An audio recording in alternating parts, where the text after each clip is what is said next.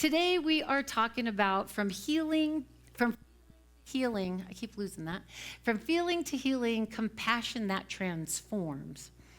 And this topic has been just running in the background for quite some time. And when Reverend Darlene asked me, well, what do you want me to talk about? And I said, compassion. It is a continual thing that we are all, this teaching exposes us to compassion. And I really believe that Ernest Holmes, he really, my favorite quote from him talks about freeing man from himself and essentially to be liberated. And we often refer to compassion in terms of somebody else, forgiving other people and having compassion for other people, and forgive those who trespassed against us. And I was shown something a little different. I was woken up at 3 o'clock this morning. It was raining, and I'm like, Spirit, 3 a.m. again, all week, 3 a.m. So it was either the baby waking me up or Spirit. And I was like, okay. So I got up, and I opened my front door, and the rain was pouring down, and I'm like, I got nothing. What do you got me up here for? And it just really dawned on me that compassion is something that we extend to other people, but the meaning of it in our teaching is to give it to ourselves. That when we apply compassion to ourselves, we really need to give it out to others. We don't need to be compassionate or extend compassion. I think this is cutting it in and out a little bit. So, do you need me? Oh, batteries? All right, well, gives me time to process a minute.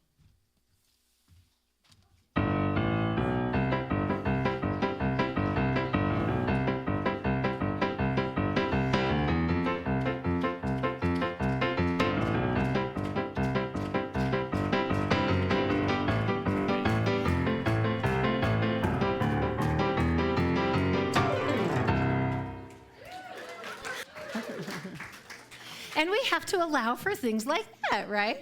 And so, what'd you say? That was the joke. There you go. And we just have to allow things to arise in our experiences and how we meet them. And often how we meet them is the pathway in. So I know that for myself, I can be really hard on myself, and I've met others that can be hard on themselves as well. And Spirit really showed me this idea of compassion, and it leads to vulnerability. And vulnerability leads to a revelation, and a revelation leads to liberation. And so we take the idea of compassion and being compassionate and pushing out compassion towards others, because I don't know about you, but when I feel like something is happening to me or someone's doing something to me, then I want to just leave myself immediately and either go, why are you doing that? Or, oh, they've had a hard day. It's okay. And immediately give them compassion. But what I wasn't really good at is going in and sitting with my own discord and my own discomfort and allowing that to be a roadmap back to my heart. So compassion is a doorway that opens, and it shows us then that the other person, place or thing, whatever it is that is bringing up annoyance or some type of discord within you. Because if we don't really talk about the things that make us feel good too much because they make us feel good, so we don't spend too much time on those. Most of us are here to really understand the greater depths of ourselves, and we want to really commune with the unity or that oneness that we're always talking about. So I think that words, terminologies, and ideas are very important. And to really understand compassion, I did a little exploration on healing ourselves with the revelation that nothing is wrong, that the trigger or reaction of how we're meeting a circumstance is a time or a moment for us to go in and see how we can sit with the discordance to then go meet the opposition or whatever we feel we're facing. So one of the things my son always tells me is, Mom, just because something happens doesn't mean you have to respond to it right away. Nobody said you got to make that phone call right away, or you have to answer that text, or you have to do anything until you've checked in with yourself to see how you're feeling and have you taken care of yourself. Because how can you meet or set a boundary or even have a conversation where both parties could be heard if you're still inside just spiritually bypassing and wanting immediately to make the other person feel okay because you don't feel good enough or you think you caused the problem, and maybe there's more to it on both parties than that. And that opened this idea about healing. And, healing it's a broad term. It could be health, it could be mental, it could be physical, emotional. And so compassion, I believe, is, for me, what I have seen and what I feel the message that came through me was compassion is the entry or the doorway to understanding yourself a little bit more and giving others a break, but not letting them punch you in the face. Do you follow me? So I had this conversation with somebody, with my teacher that I meet with, and I really struggled with, but I understand the principle of compassion, but I was looking at it as an outward motion, not an inward motion. And I said, but it still feels like that's happening. It still feels like that's going on. And he said, and I said, and I immediately want to enact forgiveness or have this conversation of, spiritualness. And he said, well, let me help you out with that. If I walked up and punched you in the face, how spiritual are you going to feel? Probably not. I don't know. You asked that. If somebody came up and punched you in the face, how spiritual would you feel? Well, you really wouldn't feel very spiritual. You would immediately want to remove yourself from it. And you're not going to go withdraw and go, now what did I do to attract someone punching me in the face? I don't know. Somebody might, and that's the whole point is when life is happening in our humanness, a lot of us have a tendency through spiritual ideas to say, how did I attract that? Or why is that here? What is there for me to learn? And I think that what if we looked at it from the angle that it's there simply for you to look at within and see where you're feeling uncomfortable and allowing that to be a roadmap back to your heart. Then going back and meeting the circumstances where we can use statements like, I feel, or when you do this, I felt that. And we can use some of those nonviolent communication rules to the people that we love, but we might often have difficulties with. If you're married or you're in a relationship of any kind, you would understand this because our primary karma is usually our relationships. And if you have little ones, well, they don't care what you think at all. When Luke gets mad, he will say something like, I'm not your mommy anymore. And I go, well, that's good. I'm glad you're not my mommy. Or, you're not very nice and I'm not talking to you. And I'm like, okay. So, get out of the mouth of babes. And the other day, one of my desires when I was meeting with my practitioner and we were working through the adoption process, she's like, can you use your imagination to see the most beautiful thing that could ever happen between you and Luke? And in my mind, it was Luke in a football uniform coming into the kitchen like in 12th grade and going, Mom, I love you. You're amazing. And so I kept that imagination going through the purpose because it kept me uplifted in my spirit, kept my attention away from some of the mistakes that I make. Because when I make mistakes, it can put me under for a while because I was raised, not purposefully, right? This is where we look at compassion, that mistakes can cost you. And if it costs you, then you can lose. And if you lose, everything's gone away. And so for me, the idea of mistakes really put me under. And I can tell you now that I have a new way of looking at it. So it only puts me under for a little while as opposed to weeks or maybe even a whole month. That I am learning to apply compassion and going, okay, it's all right that you made mistakes. We all make them. It's a chance to do it again. Is there anything I need to take responsibility for? Is there any principle that I need to apply towards myself before I go out and apply it towards others? So the other day, Luke walks in and we were getting ready for school and he looks at me and he goes, Mom, you're amazing and I love you.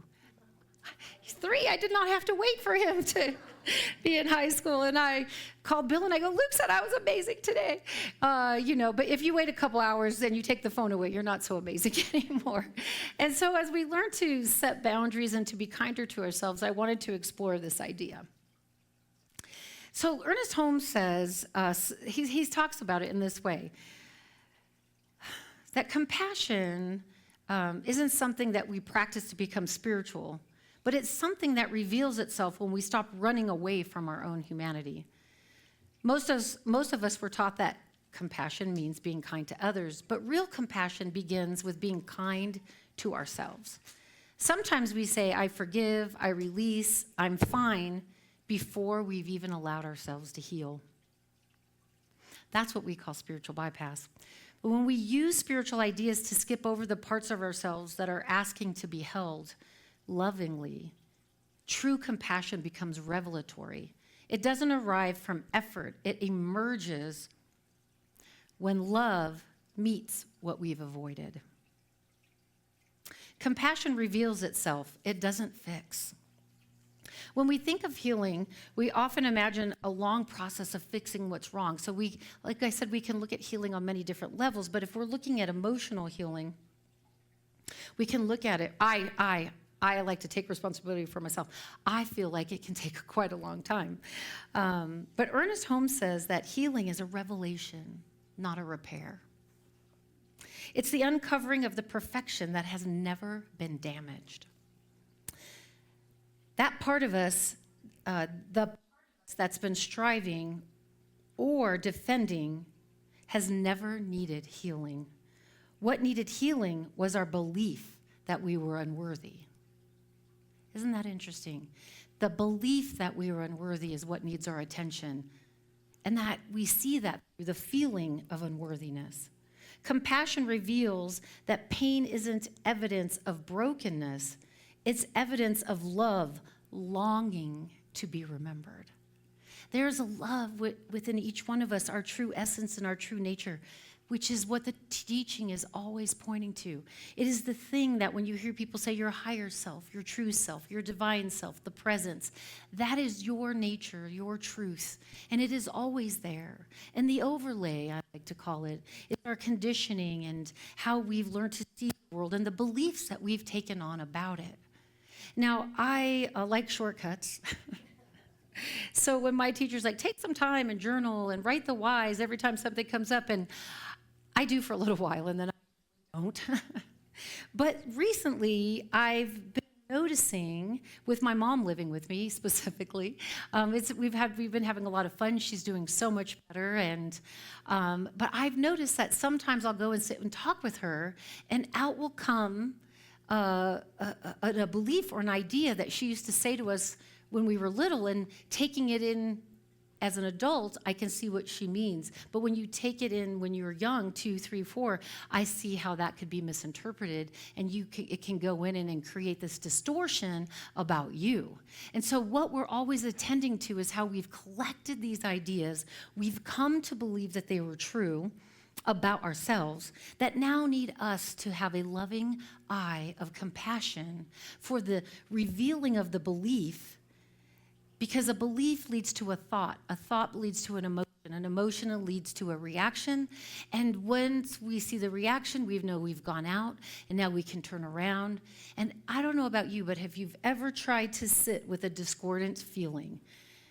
I don't know, when I get upset, I feel it in my stomach a lot.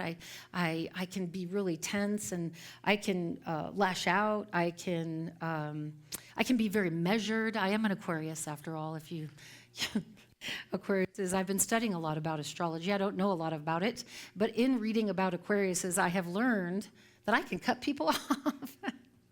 And it's so funny when you start reading about traits, and then you can start to see them in yourself.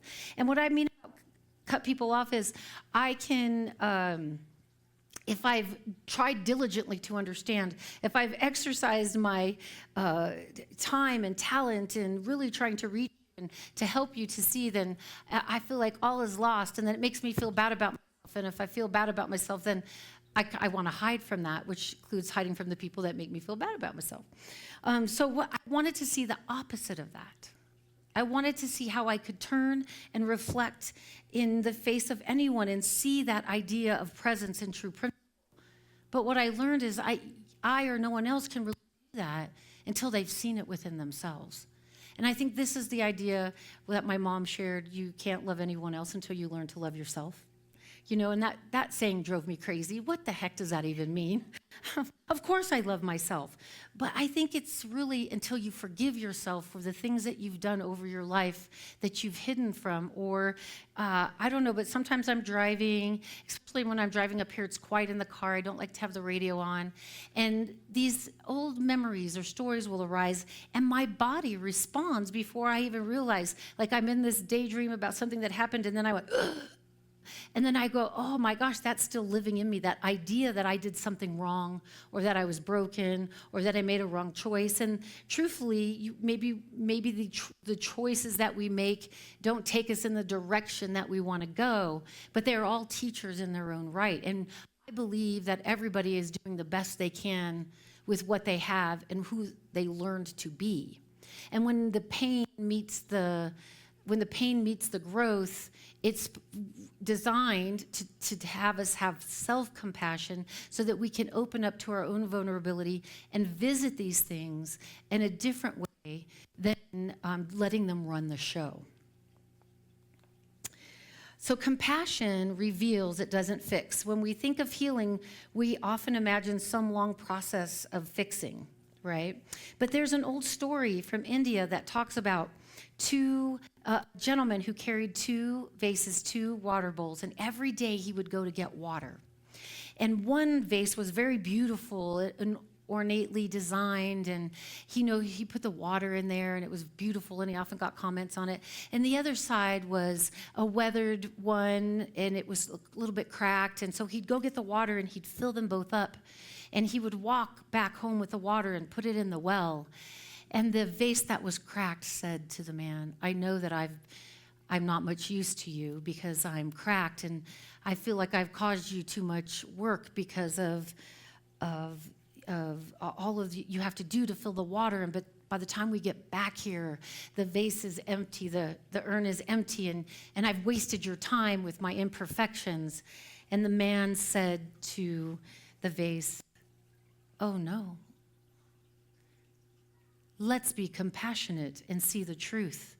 I've known that you've been broken in your external objective view, right?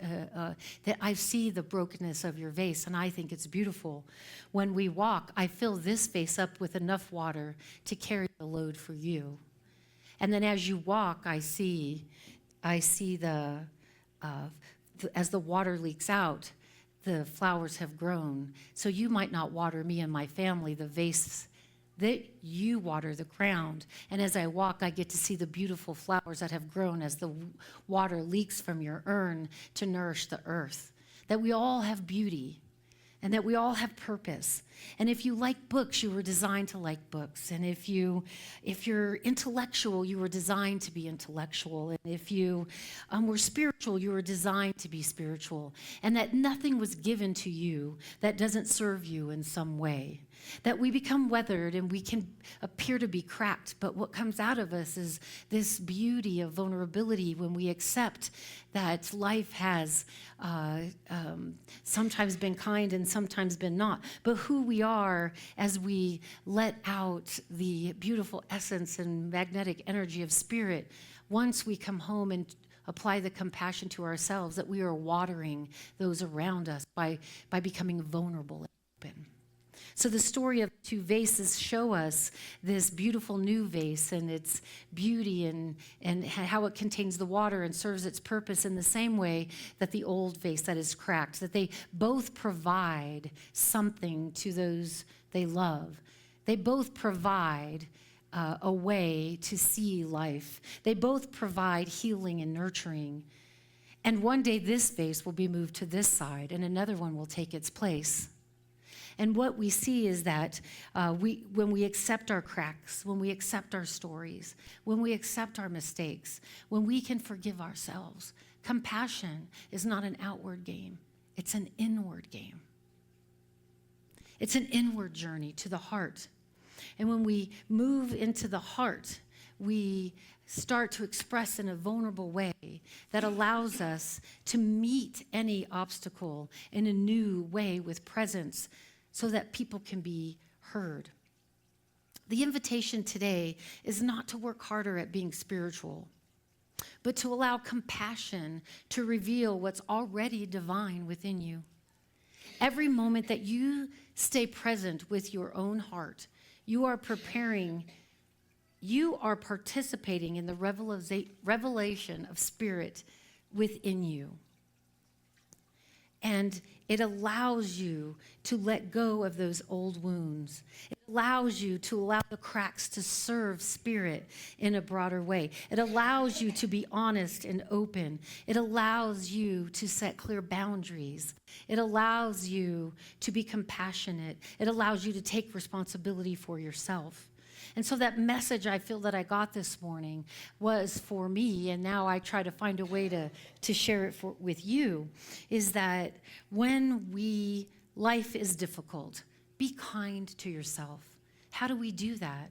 We stop, we take a breath, we realize our humanity. We realize that we're all doing the best we can with what we had, even when we lash out, even when we make mistakes. So I will just tell you this, I had to, I asked someone to help me with something, and then I had to go, nope, I think I gave that away too fast. That's really my responsibility. I need to take care of that.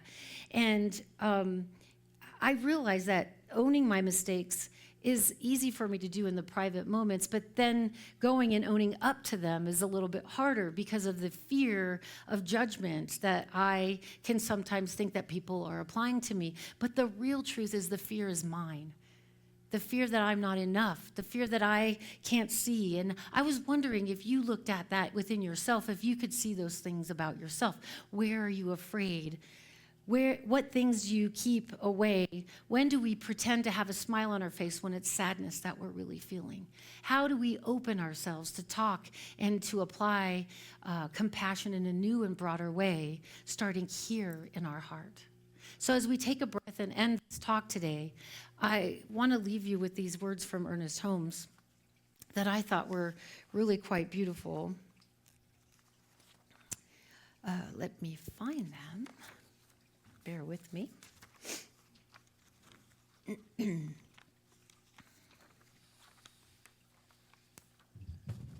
Ernest Holmes says, "The divine plan is one of freedom. Bondage is not God ordained. Compassion reveals the truth of my being. I am not healed because I'm fixed. There is nothing to fix. I'm healed because I'm seen, and I see myself first."